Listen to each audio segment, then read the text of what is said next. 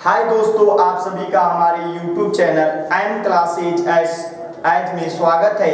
आज हम बात करने जा रहे हैं प्राकृतिक संख्या, पूर्ण संख्या, वास्तविक संख्या के बारे में चर्चा करेंगे। आइए देखिए, इसके पहले हमने वीडियो में अंक पर आधारित प्रश्नों को हल किया था। अंक किसे कहते हैं उसको हमने देखा था। सभी करके एक एक संख्याओं को हम पढ़ेंगे। तो आइए देखते हैं। आपका पहली संख्या आता है पूर्णांक। क्या आता है? पूर्णांक। यहाँ पर यह पूर्णांक हो गया। और पूर्णांक से हमने बताए थे कई संख्याएं होती हैं। पूर्णांक में कई संख्याएं आती हैं। पहला आता है प्राकृत संख्या, प्राकृत संख्या। दूसरा आता है पूर्ण संख्या, दूसरा आता है पूर्ण संख्या। तीसरा आता है सम संख्या। चौथा आता है विषम संख्या। और पांचवा आता है आपका अभाज्य संख्या, अभाज्य संख्या। छठवां है सअभाज्य संख्या, सअभाज्य अभाज्य संख्या। फिर उसके बाद आता है आपेक्षित आभाज्य संख्या, आपेक्षित अभाज्य संख्या, अभाज्य संख्या। फिर उसके आता है ट्विन अभाज्य संख्या, ट्विन अभाज्य संख्या, ट्विन अभाज्य संख्या। फिर उसके बाद आता है आपका यौगिक संख्या, यौगिक संख्या, यौगिक संख्या। फिर उसके बाद यौगिक संख्या को हम कहते हैं भाज्य संख्या।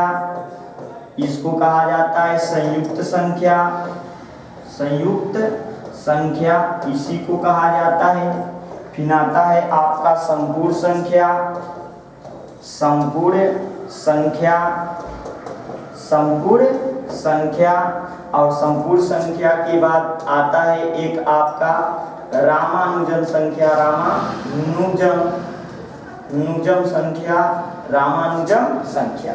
ये सभी संख्याओं पर अब तक रेलवे से लेकर अन्य सभी कॉम्पिटिटिव एग्जाम में इनसे प्रश्न बनाए गए। खास करके रेलवे और एनटीपीसी में इससे अधिकांश करके 17 पूरा टोटल संख्याएं होती हैं और उन 17 संख्याओं से वो प्रश्न बनाता है।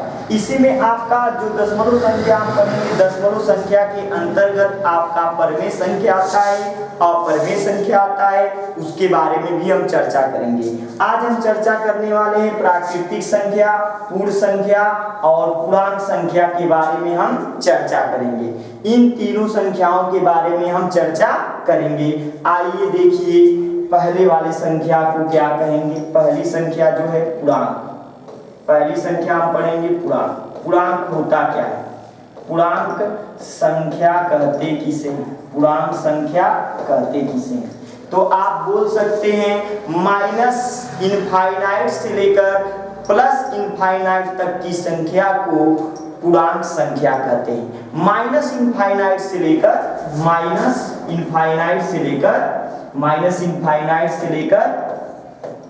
प्लस इनफाइनाइट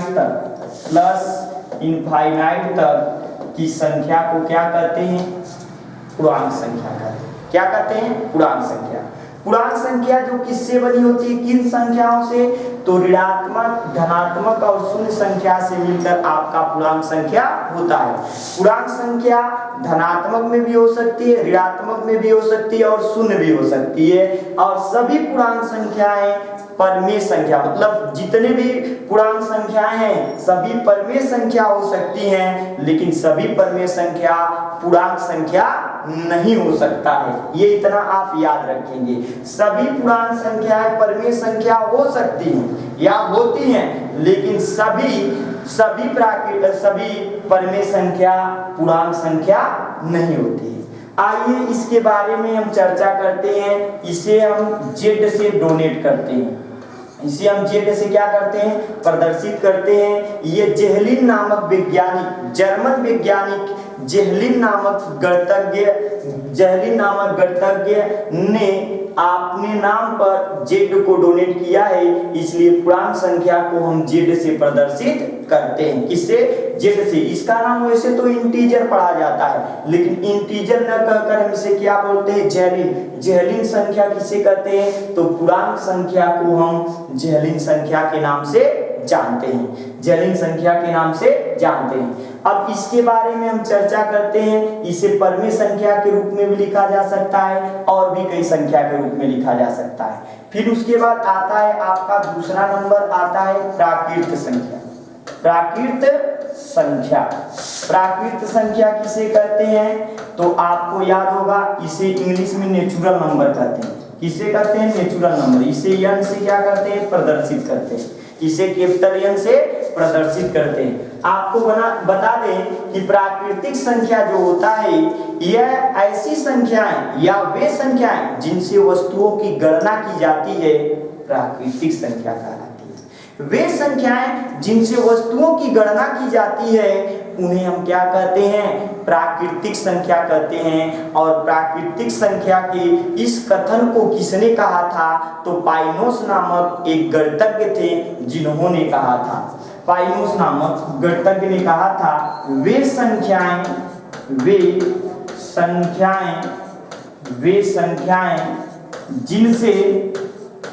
जिनसे वस्तुओं को गिना जा सकता है या गिना जाता है या जा सकता है,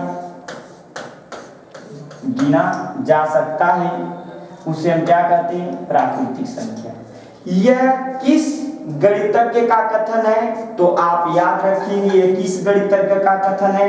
तो पाइनोस नामक एक गणितज्ञ थे, जिन्होंने प्राकृतिक संख्या की खोज किया था। पाइनोस नामक गणितज्ञ का ये कथन है, वे सभी संख्याएं जिनसे वस्तुओं को गिना जा सकता है, वे सभी प्राकृतिक संख्याएं कहलाती हैं। प्राकृतिक संख्याएं n से हम डोनेट करते हैं, मतलब दर्शाते हैं, और 1 से लेकर 1, 2, 3, 4 और ये अनंत बार चलती जाती है। हम अनंत का चिन्ह नहीं लगाएंगे।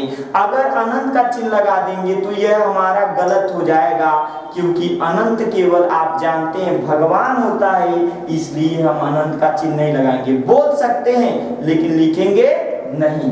तो 1, 2, 3, 4 डॉट डॉट इनफाइनाइट तक, मतलब अनंत तक बोल सकते हैं लेकिन लिखेंगे नहीं। ये आपकी सभी प्राकृतिक संख्याएं होती हैं। तीसरा नंबर आते हैं, हम बात करेंगे पूर्ण संख्या के बारे में। पूर्ण संख्या के बारे में, अब ये पूर्ण संख्या को हम होल नंबर कहते हैं। क्या कहते हैं? होल नंबर कहते हैं। इसे हम W से प्रदर्शित करते हैं। किससे प्रदर्शित करते हैं? W से प्रदर्शित करते हैं पूर्ण संख्या को, जिसे हम इंग्लिश में बोलते हैं होल नंबर। क्या बोलते हैं? Whole number. और इसे W से प्रदर्शित किया जाता है। पूर्ण संख्या किसे कहते हैं? तो वे संख्याएं जो 0 से प्रारंभ होती हैं। कहां से? 0, 1, 2, 3, 4 डॉट डॉट इनफाइनाइट तक। इसमें भी हम इनफाइनाइट लिखेंगे नहीं, बोल सकते, क्योंकि आपको पता है इनफाइनाइट मतलब अनंत भगवान होता है, न कि कोई संख्या होती है। तो यहाँ पर W को n से अलग कौन सा अंक करता है या कौन सी संख्या करती है? तो 0 जो है W को क्या करता है? अलग करता है। W को क्या करता है? 0 अलग करता है। W को 0 क्या करता है? अलग करता है। मतलब हम इसे लिख सकते हैं n एलिमेंट W, मतलब n के सभी मान W में मिलते हैं।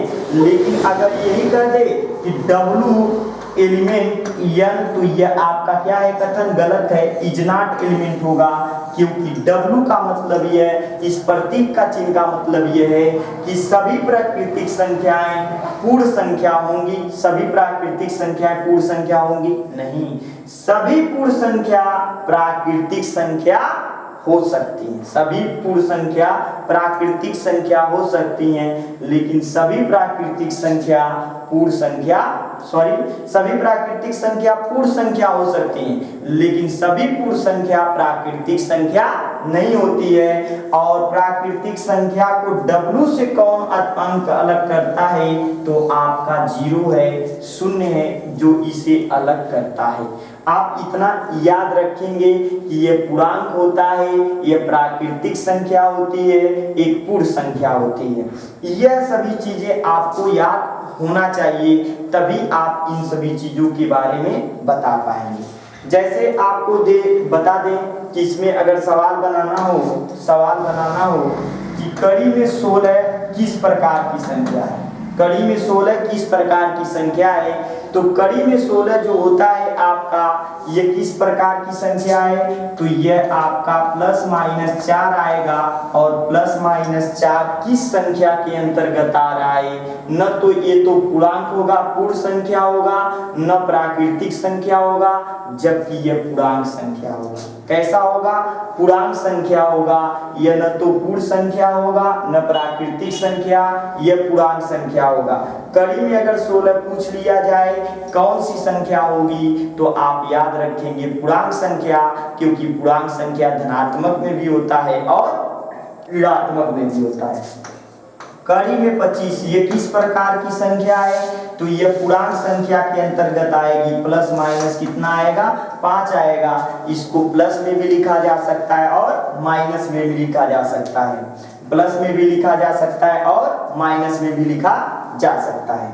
अब हम आते हैं इसके पूर्णांक संख्या, पूर्ण संख्या के बारे में। अब प्राकृतिक संख्या और पूर्णांक संख्या के बारे में अब हम चर्चा करेंगे कि अगर ये दो संख्याएं प्राकृतिक संख्याएं हों तो क्या क्या सत्य होगा, क्या वो प्राकृतिक संख्या होगा, जोड़ के रूप में, गुणा के रूप में, भाग के रूप में, घात के रूप में 5 टाइप के होते हैं, क्या वो सत्य होगा कि नहीं। तो देखिए हम देखते हैं, यहाँ पर देखते हैं एक प्रश्न है, यदि यदि यदि यदि ए व बी दो प्राकृतिक संख्या है, तब कौन सा कथन सत्य होगा, मतलब सत्य है, तथा कौन सा कथन असत्य है, कौन सा कथन असत्य है। तो पहला है, क्या a माइनस बी एक प्राकृतिक संख्या है, प्राकृतिक, यहाँ पर प्लस कर लीजिए, a प्लस बी एक प्राकृतिक संख्या है, एक प्राकृतिक संख्या है। यह कथन के रूप में बना सकता है। अब सवाल कुछ कथन के रूप में दे रहे हैं, तो ऐसा बना सकता है कि यदि a और b दो प्राकृतिक संख्याएं, तो इसमें से बताइए कौन सा कथन सत्य है। कूट दे देगा, कूट की तरह दे देगा कि 1 2 नहीं 3 4, या 1 2 3 4, चारों सही हो सकता है। दूसरा ये दिया है, क्या a माइनस बी एक प्राकृतिक संख्या होगी, प्राकृतिक संख्या होगी या संख्या है। तीसरा ये बना सकता है, तीसरा आपका बना सकता है, क्या a गुणाम ये b एक प्राकृतिक संख्या है, प्राकृतिक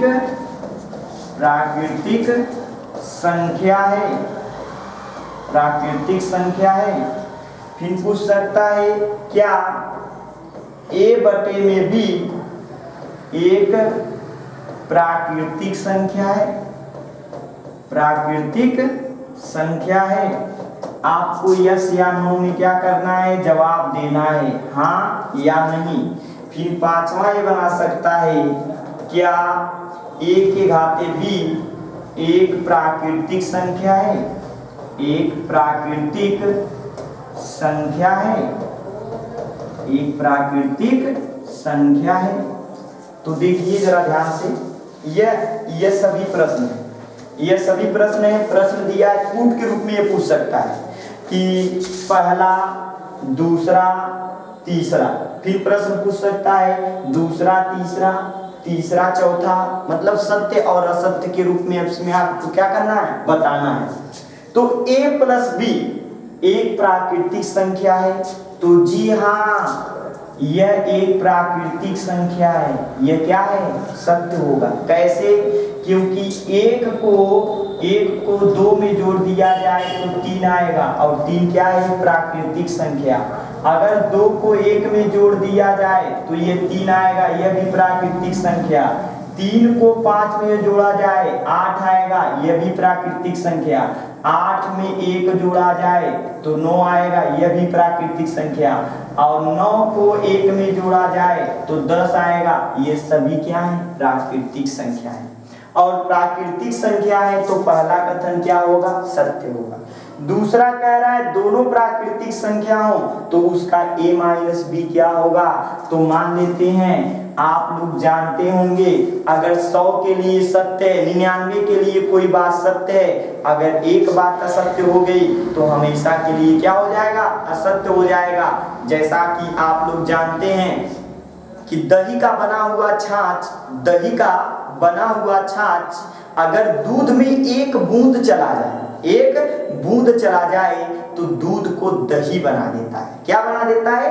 दही बना देता है। ऐसे ही आपके अंदर का अगर एक गलत चीज उत्पन्न हो जाए तो आपको विलन बना सकता है। अगर एक नकारात्मक थिंक आ जाए आपके शरीर में या मस्तिष्क में तो आपको विलन बना सकता है। तो इसलिए आप सभी चीजों को पॉजिटिव चीजों में सोचिए, निगेटिव चीजों में नहीं सोचना है। तो a माइनस बी एक प्राकृतिक संख्या है? तो a माइनस बी प्राकृतिक संख्या नहीं हो सकती। नो। क्यों? क्योंकि 2 माइनस 1 करेंगे तो ये तो प्लस में आ जा रहा है, लेकिन 1 माइनस 2 कर देंगे तो क्या आ जाएगा? माइनस में 1 आ जाएगा। और कभी भी प्राकृतिक संख्या ऋणात्मक में नहीं होती है। तो यह कथन क्या होगा? गलत होगा। और भी ले सकते हैं, 8 में से 7 को घटाइए, 1 आया, लेकिन 7 में से 8 को घटा देंगे कितना आएगा? माइनस 1 आएगा। 25 में से 13 को घटा दीजिए, आपका 12 आएगा, लेकिन यही 13 में से 25 को घटा देंगे तो माइनस आपका 12 आ जाएगा। तो मतलब धनात्मक में अगर आता है मान तो आपका कथन सत्य था, क्योंकि प्राकृतिक संख्या सदैव क्या होती है? धनात्मक में होती है। तो यह कथन क्या है? दूसरा असत्य है। फिर कह रहा क्या a गुना में भी एक प्राकृतिक संख्या होगी?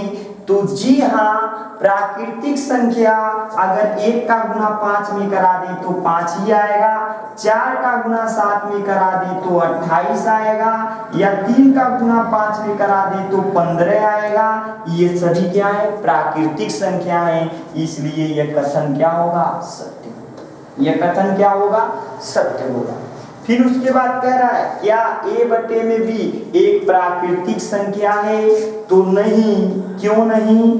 क्योंकि a बटे में भी एक प्राकृतिक संख्या नहीं हो सकती, क्योंकि आपको बता दें कि सभी परमेय संख्या प्राकृतिक संख्या नहीं होती हैं। सभी परमेय संख्या प्राकृतिक संख्या नहीं होती हैं, जबकि सभी प्राकृतिक संख्या परमेय संख्या होती है। सभी प्राकृतिक संख्या के बटे 1 लिख सकते हैं और वह परमेय संख्या हो सकती है, लेकिन सभी परमेय संख्या प्राकृतिक संख्या नहीं हो सकती। जैसे मान लीजिए हम लिख सकते हैं 3/4।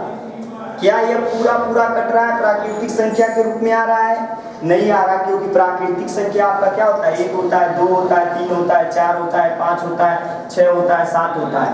बटे के रूप में नहीं होता, दशमलव के रूप में नहीं होता। ये सभी संख्याएं होती हैं, आप ऐसा याद रखेंगे। 7/4 क्या यह प्राकृतिक संख्या है?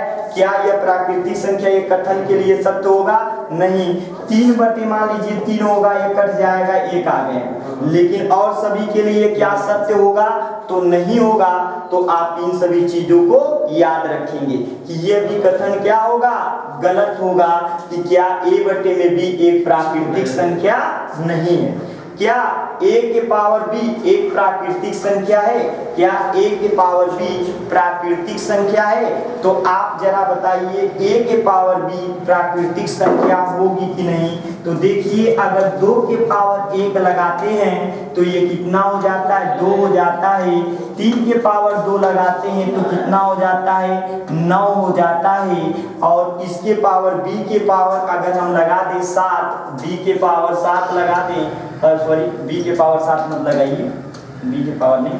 अगर 8 के पावर 3 लगा दें तो क्या होगा, ये सभी क्या होंगी, प्राकृतिक संख्याएं प्राप्त होंगी। तो यह भी कथन क्या होगा, सत्य होगा कि अगर ये प्राकृतिक संख्या के घात कोई प्राकृतिक संख्या हो, अगर प्राकृतिक संख्या के घात कोई प्राकृतिक संख्या हो तो ये कथन क्या होगा, सत्य होगा। ये कथन क्या होगा, सत्य होगा।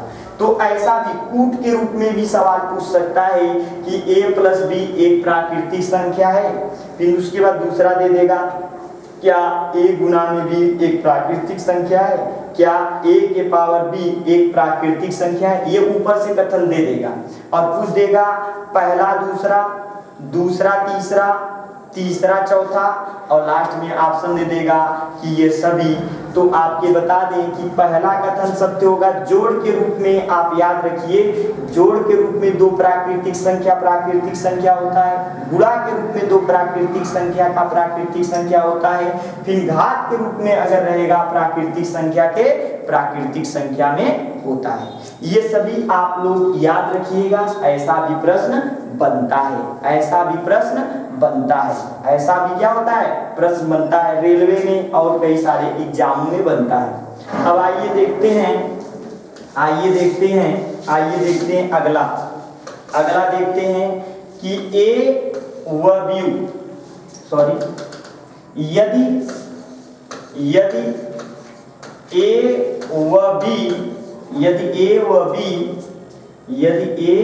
व B एक पूर्णांक संख्या, यदि A व B दोनों पूर्ण संख्या, कैसी हो, पूर्ण संख्या हो तो कौन सा कथन सत्य होगा, कौन सा कथन सत्य होगा तथा कौन सा कथन असत्य होगा, कौन सा कथन असत्य होगा, कथन असत्य होगा। ये पूछ रहा है कि अगर दो पूर्ण संख्याएं हो तो इसमें बताइए कौन सा कथन सत्य होगा। गुणा के रूप में, भाग के रूप में, जोड़ घटाने के रूप में, आपका घातांक के रूप में कौन सा कथन सत्य होगा और कौन सा असत्य होगा। तो दो पूर्ण संख्याएं हैं, तो क्या a प्लस b एक पूर्ण संख्या है, मतलब दो अगर पूर्ण संख्या को जोड़ दिया जाए तो क्या वह पूर्ण संख्या होगा। फिर उसके बाद क्या दो पूर्ण संख्या को एक दूसरे से घटा दिया जाए तो क्या वह पूर्ण संख्या होगा, या पूर्ण संख्या है, पूर्ण संख्या है। फिर तीसरा है क्या a गुना में b एक पूर्ण संख्या है, एक पूर्ण संख्या है, या पूछ लेगा क्या a बटे में b एक पूर्ण संख्या है, एक पूर्ण संख्या है, या पूछ लेगा क्या a के पावर b एक पूर्ण संख्या है, ऐसा भी प्रश्न बनते हैं। यह कथन के रूप में दे देगा। छाटिए आप क्या करेंगे, तो आपको पता होना चाहिए अगर 99 के लिए सत्य है और 1 के लिए असत्य हुआ तो ये सभी के लिए क्या माना जाता है, असत्य माना जाता है। और पूर्ण संख्या आपको पता होगा कि 0 होता है, 1 होता है, 2 होता है, 3 होता है। पूर्ण संख्या 0 होता है, 1 होता है, 2 होता है, 3 होता है, 4 होता है, 5 होता है, 6 होता है, प्लस में सभी मान होते हैं। किसमें होते हैं, प्लस में इनफाइनाइट तक, 0 से लेकर प्लस इनफाइनाइट तक किसका मान होता है, पूर्ण संख्या का मान होता है। तो कह रहा है a प्लस b, अगर इसमें से दो पूर्ण संख्या को जोड़ लें, इसमें से यदि दो पूर्ण संख्या को जोड़ लें तो सदैव पूर्ण संख्या आएगी। जैसे आप जोड़ सकते हैं 2 + 3 जोड़ेंगे 5 आएगा, 3 + 5 जोड़ेंगे 8 आएगा, 7 + 9 जोड़ेंगे तो आपका आएगा 7 9 आ जाएगा 16 आ जाएगा। तो ऐसे करके कई सारे सभी क्या होंगे, धनात्मक में आएंगे। तो ये कथन क्या होगा, सत्य होगा कि अगर दो पूर्ण संख्या को जोड़ दिया जाए तो सदैव वो क्या होगा, पूर्ण संख्या होगा। कह रहा है क्या a - b एक पूर्ण संख्या है, मतलब दो पूर्ण संख्या का अंतर किया जाए तो क्या वह सदैव पूर्ण संख्या होगी, तो नहीं होगा, नो नहीं होगा, क्योंकि दो में से एक जाएगा तो एक आ जा रहा है, लेकिन अगर एक में से दो को जाया जाए तो कितना आएगा, -1 आएगा, और माइनस में कोई भी पूर्ण संख्या नहीं होती, तो कथन असत्य है। क्या a गुना में भी एक पूर्ण संख्या है, a गुना में भी क्या पूर्ण संख्या है, a गुना में भी आपको पता होगा, a गुना में भी ये बताओ 0 का हम गुना 1 में करा दें 0 पूर्ण संख्या आ गया, 3 का गुना 5 में करा दें कितना होगा, 5 × 15 ये भी पूर्ण संख्या होगा, 3 गुना में 17 करा दें 17 किया है क्या, ये भी पूर्ण संख्या होगा। मतलब जितनी भी संख्या होंगी सभी का आप मल्टीपल करा लीजिए धनात्मक संख्या का धनात्मक संख्या में, तो सभी क्या आएंगी, पूर्ण संख्या, क्योंकि दो पूर्ण संख्याएं सदैव धनात्मक संख्या, मतलब पूर्ण संख्या क्या होती है, धनात्मक संख्या। तो यह भी कथन क्या होगा, सत्य होगा, यस होगा, क्या होगा, बोलो बोलो क्या होगा, सत्य होगा। फिर कह रहा क्या a/, में भी एक पूर्ण संख्या है, क्या a/, में भी एक पूर्ण संख्या है, तो पूर्ण संख्या ये बताइए 1/2 क्या पूर्ण संख्या होगा, कभी नहीं, दशमलव में पूर्ण संख्या होता ही नहीं है। क्या 0/3 पूर्ण संख्या होगा, नहीं होगा, क्योंकि सॉरी ये होगा 0/3 पूर्ण संख्या होगा, लेकिन 0 में अगर 3/0 हो जाए, 0/3 हो जाए, सॉरी 3/0 हो जाए, 3/0 हो जाए तो ये पूर्ण संख्या में इनफाइनाइट हो जाएगा, ये क्या हो जाएगा, इनफाइनाइट हो जाएगा। इसलिए a/b के रूप में दो पूर्ण संख्या नहीं हो सकती, दो पूर्ण संख्या नहीं हो सकती, तो यह कथन क्या होगा, असत्य होगा, यह कथन क्या होगा, असत्य होगा। कह रहा है क्या a के पावर b एक पूर्ण संख्या है, यह घातांक के रूप में है, क्या दो पूर्ण संख्या को एक साथ रखा जाए, जैसे मान लीजिए 2 के पावर 3 कर दिया जाए तो कितना आ जाएगा, 8 आ जाएगा 2 का घन, या a के पावर 0 कर दिया जाए, या 3 के पावर 0 कर दिया जाए तो इसका मान कितना होता है, 1 होता है। अगर किसी भी संख्या के घात 0 घात होता है तो उसका 1 मान होता है, सदैव उसका मान कितना होता है, 1 के बराबर होता है, चाहे वो 5000 या चाहे 1000 के घाते 0 हो, उसका भी मान कितना होगा, 1 के बराबर होगा, उसका मान कितना होगा, 1 के बराबर होगा। तो ये आप याद रखेंगे कि इतना ये हो रहा है तो a के घाते b अगर ये 0 कर देते हैं, ये 0 के घाते b कर देते हैं तो भी वो सदैव क्या आएगा, पूर्ण संख्या के रूप में आएगा। तो यह भी कथन क्या है, सत्य है। ऐसे भी कथन बनाए जा सकते हैं पेपर में, ऐसे भी कथन क्या किए जा सकते हैं, बनाए जा सकते हैं। तो इसलिए इन सभी चीज़ों को आपको याद रखना है, अच्छे तरीके से याद रखना है, क्योंकि इन पे भी प्रश्न अब बनने लगे हैं कथन के रूप में। इस साल जो रेलवे का पेपर हो रहा है ग्रुप डी का, ऐसे कई जगहों पर प्रश्न देखने को मिल रहे हैं। तो इस चीज़ को जरा ध्यान से देखिएगा, क्योंकि कथन के रूप में ये प्रश्न बहुत खतरनाक हो सकते हैं, आपको छोड़ना पड़ सकता है, नहीं समझ पाएंगे। 1 के लिए नियम लागू हो रहा है, 2 के लिए नियम लागू हो रहा है, अगर तीसरे के लिए नियम ये लागू नहीं हुआ संख्या के लिए तो क्या हो जाएगा, कथन आपका गलत हो जाएगा। ठीक है, अब इसमें आते हैं दूसरे वाले में, देखते हैं कि अगर दो संख्याएं, अगला है कथन यदि a व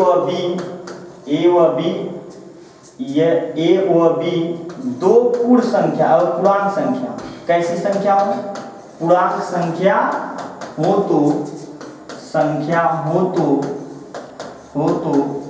कौन सा कथन सत्य होगा, कौन सा कथन सत्य होगा, कथन सत्य होगा तथा कौन सा कथन असत्य होगा, तथा कौन सा कथन कौन सा कथन असत्य होगा? असत्य होगा। कौन सा कथन क्या होगा? असत्य होगा। कौन सा कथन क्या होगा? असत्य होगा। तो देखिए पहला है, क्या a प्लस b एक पूर्णांक संख्या है? पूर्णांक संख्या है। दूसरा, क्या a माइनस b एक पूर्णांक संख्या है? पूर्णांक संख्या है। अगला, क्या a गुना में b एक पूर्णांक संख्या है? एक पूर्णांक संख्या है।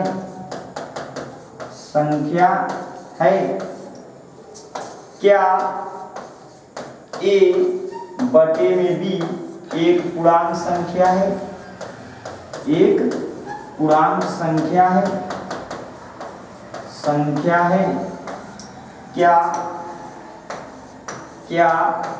a के घाते b, क्या a के घाते b एक पूर्णांक संख्या है? एक पूर्णांक संख्या है। मतलब अगर दो पूर्णांक संख्याएं हैं, कैसी संख्या आ जाए? दो पूर्णांक संख्याएं आ जाएं, तो क्या ये सभी कथन सत्य होंगे? क्या सभी कथन ये सत्य होंगे? ऐसा ये पूछ रहा है। कितने कथन हुए? 3 2 5 कथन हैं, और पांचों कथन को हम क्या करेंगे? एक एक करके आपको बता रहे हैं। और ध्यान से देखिएगा, ये वीडियो आपके लिए बना है, और आप ध्यान से देखिएगा, आपको संख्या में कहीं से कहां तक तकलीफ हम होने नहीं देंगे। पूरा बेसिक से चल रहे हैं, क्या आधार होता है वहां से चल रहे हैं। क्या a प्लस बी एक पूर्णांक संख्या है? क्या a प्लस बी एक पूर्णांक संख्या है? तो जी हाँ, अगर -2 को +2 में जोड़ लिया जाए तो 0 होगा। -3 को प्लस में 5 में जोड़ दिया जाए तो +2 होगा। -8 को +3 में जोड़ा जाए तो 5 होगा, या -5 होगा। तो आप लोग जानते हैं पूर्णांक संख्या ऋणात्मक से लेकर धनात्मक तक होती है। शून्य भी हो सकती है, ऋणात्मक में भी हो सकती है, लेकिन बटे के रूप में नहीं हो सकती। भिन्न के रूप में हो सकती है, लेकिन अगर वह भिन्न नहीं कटा तो वह भी पूर्णांक संख्या नहीं होगी। तो ये बताइए, जोड़ के रूप में हमें देखना है, और जोड़ के रूप में क्या आ रहा है? एक पूर्णांक संख्या आ रहा है। तो ये बोलो कौन सा कथन होगा? सत्य। क्या होगा? सत्य। दूसरा, क्या a माइनस बी एक पूर्णांक संख्या है? तो जी हाँ, a माइनस बी भी एक पूर्णांक संख्या होगी। a का मान 3 मानो, b का मान 4 मानो, तो भी -1 आएगा। और माइनस की संख्या हमने बोला है, चाहे वो माइनस की संख्या हो, चाहे शून्य हो, चाहे ऋणात्मक हो, चाहे धनात्मक हो, चाहे कुछ भी हो, वह किसके बराबर होता है? पूर्णांक संख्या के बराबर। तो यह भी कथन क्या होगा? सत्य होगा। करा a गुना में भी एक पूर्णांक संख्या होगा, तो हाँ ये भी होगा, क्योंकि 3 का गुना 4 में कराइए 12, यह आपका धनात्मक पूर्णांक हो जाएगा। -3 गुना में 7 का कराइए तो -21 ऋणात्मक पूर्णांक हो जाएगा। 0 का गुना 7 में कराइए तो ये कितना? 0 होगा, यह भी पूर्णांक संख्या है। तो इसलिए सभी के लिए सत्य हो रहा है, तो यह भी क्या होगा? यह भी कथन क्या होगा? सत्य होगा, कि दो पूर्णांक संख्या जब भी गुणा करेंगे तो वह पूर्णांक संख्या के रूप में। लेकिन a बटे में भी एक पूर्णांक संख्या है, तो कभी नहीं हो सकता, यह कभी नहीं हो सकता, क्योंकि बटे वाली संख्या कभी पूर्णांक में होती ही नहीं है। कभी बटे वाली संख्या पूर्णांक में नहीं होती है, क्योंकि ये बताइए -3 है, -2 है, -∞ से लेकर -2 है, -1 है, 0 है, 1 है, 2 है, 3 है, 4 है। और पूर्णांक संख्या का मतलब ये है कि वह दशमलव के रूप में नहीं हो सकता।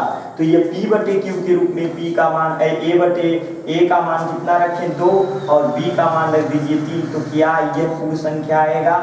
इसका मान तो 0 दशमलव कितना आएगा? 3 × 6 = 18, यह 6 करके जाएगा। तो क्या ये पूर्णांक संख्या होगा? तो नहीं होगा, क्योंकि दशमलव में पूर्णांक संख्या नहीं होता है, दशमलव में पूर्णांक संख्या नहीं होता है, बटे में पूर्णांक संख्या नहीं होता है। तो इसलिए आप पॉइंट याद रखेंगे कि सभी पूर्णांक संख्याएं परमेय संख्या हो सकती हैं, लेकिन सभी परमेय संख्या पूर्णांक संख्या नहीं हो सकती। सभी पूर्णांक संख्याएं परमेय संख्या हो सकती हैं, लेकिन सभी परमेय संख्या पूर्णांक संख्या नहीं हो सकती। इस पॉइंट को रट लेना। तो ये चौथा वाला कथन भी क्या है आपका? असत्य है। पांचवा कह रहा है क्या? a बटे में a के घात भी एक पूर्णांक संख्या है। मतलब अगर पूर्णांक संख्या के घात पूर्णांक संख्या हो तो यह क्या पूर्णांक संख्या होगी? तो जी नहीं होगी। यह भी कथन क्या होगा? असत्य होगा, क्योंकि आप जानते हैं पूर्णांक संख्या कभी बटे में नहीं होता है। मान लेते हैं ये 3 हो और इसकी पावर पूर्णांक संख्या -2 हो।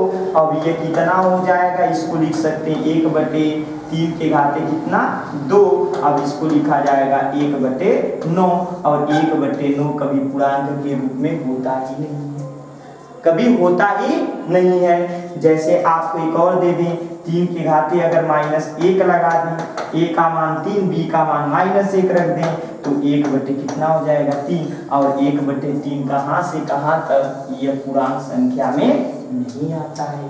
तो ये कथन क्या होगा आपका? गलत होगा।